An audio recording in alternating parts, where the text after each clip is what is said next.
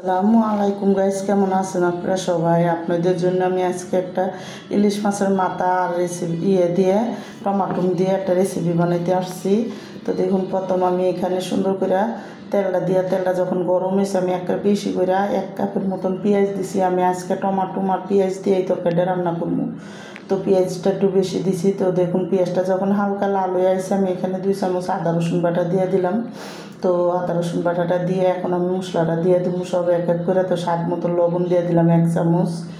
তো লবণটা অল্পই দিছি, লাগলে পরে দেওয়া যাবে এই জন্য। তো আর এখানে দেখুন আমি ধনিয়ার গুঁড়া দিলাম আধা চামচ, মানে আধা চামচ ধনিয়ার গুঁড়া দিয়ে এখন দেখুন লাল মরিচের গুঁড়াটা আমি একটু বেশি দিছি 1.5 চামচ।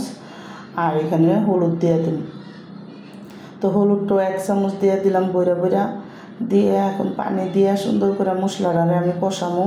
তো দেখুন মশলাটার ভিতরে পানি দিয়ে দিছি, পানি দিয়ে এখন মশলাটা ভালো মতন কষামো, কারণ টমাটো দিয়ে বেশি একটা ভালো করে কষানো যায় না একটু তরকারি। তো এখন দেখুন সুন্দর করে পানি দিয়ে মশলাটা যখন তেল উঠে যাবো বা কষানো হয়ে যাব, তো আমি ভালো মতন লাড়া দিয়া দেখুন সুন্দর করে মশলাটা কিন্তু কষায় নিছি।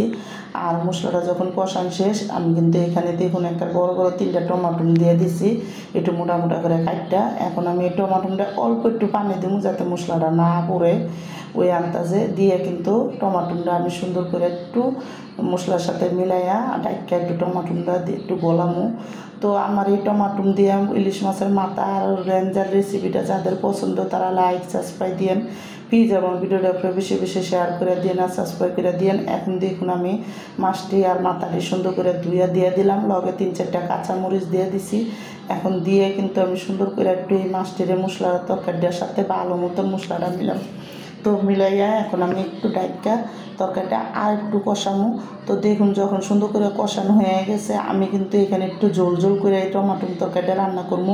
তো এই জন্য একটা বাটি দিয়ে 1 বাটি পানি দিছি, দিয়ে কিন্তু আমি দেখুন সুন্দর মতন লাড়া দিয়ে দেবো আস্তে যাতে মাছটা ভাঙে না। তো আমি কিন্তু মাছটি জানি নেই, মাছটা এখানে কাঁচাই দিছি। তো মাথা লেঞ্জা খাড়ি সব মিলে আমি এখানে দিছি, দিয়ে কিন্তু দেখুন আর একটু পানি দিয়ে দিলাম। মোট কথা সবটা পানি দিয়ে ভালো মতন ডাইকা টমাটো তরকারিটা রান্না করবো সুন্দর করে মাছটা সিদ্ধ হওয়া পর্যন্ত। তো দেখুন এখানে সুন্দর করে কিন্তু মাছটা সিদ্ধ হয়ে আইছে।